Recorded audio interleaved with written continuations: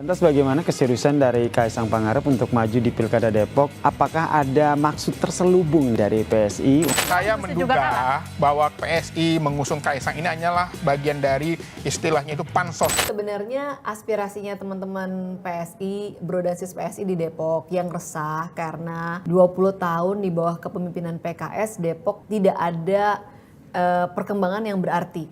Bayangin kalau kita punya 20 tahun tampuk kepemimpinan, berarti kamu tuh harusnya bisa ngejagain sebuah kebijakan, keberlangsungan kebijakan selama 20 tahun.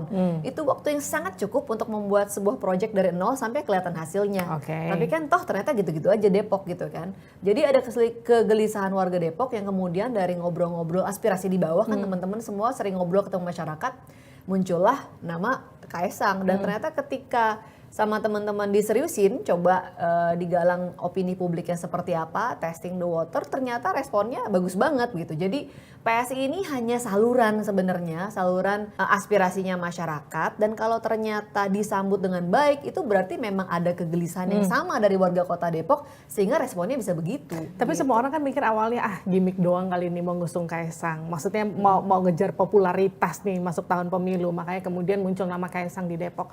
Ini serius? Ya bisa jadi serius, bisa jadi setengah serius gitu. Tergantung kan, ini kan proses yang melibatkan banyak pihak ya nggak, bukan cuma maunya PSI aja atau maunya Kaisang aja. Jadi saya rasa ini bagian dari proses buat ngelihat juga seberapa diterima sosok Kaisang di masyarakat. Pasti kan Kaisang, apalagi kalau dia mau banting setir ya betul-betul ya dari bisnismen yang sukses masuk ke politik, pasti pertimbangannya Kaisang juga banyak kan gitu. Jadi saya rasa ini bagus justru supaya Kaisang juga punya pertimbangan yang utuh ketika dia membuat keputusan.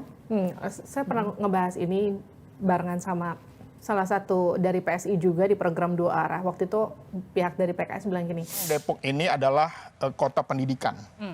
Pemilih Depok itu orang-orang rasional. Mereka adalah masyarakat yang berpendidikan, mereka adalah masyarakat urban yang tentu saja nggak sembarangan milih. Kalau PKS itu tidak bisa mengelola Depok, sudah lama Depok itu kalah. Tapi justru Depok bisa bertahan 3 periode sampai 4 periode, itu karena masyarakat Depok bisa melihat mana partai yang bisa memainkan peranan dan berprestasi. gimana tuh ngeliat itu? Bisa jadi begitu atau bisa jadi nggak ada calon yang Nggak ada pilihan lain bisa gitu. menandingi. Harus diakui ya, kita nih memang krisis kepemimpinan sih, kurang tokoh banget.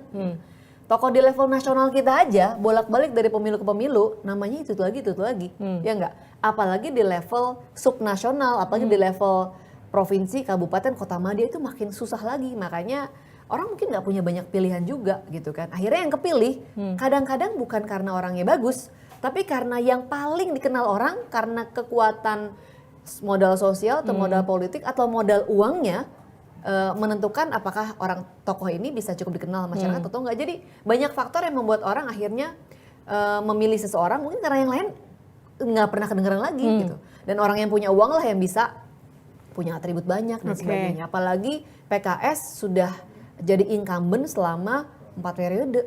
Ya otomatis dong dari segi modal politik lebih besar, afiliasi politiknya juga lebih banyak, kesempatan untuk tampilnya juga lebih banyak gitu kan.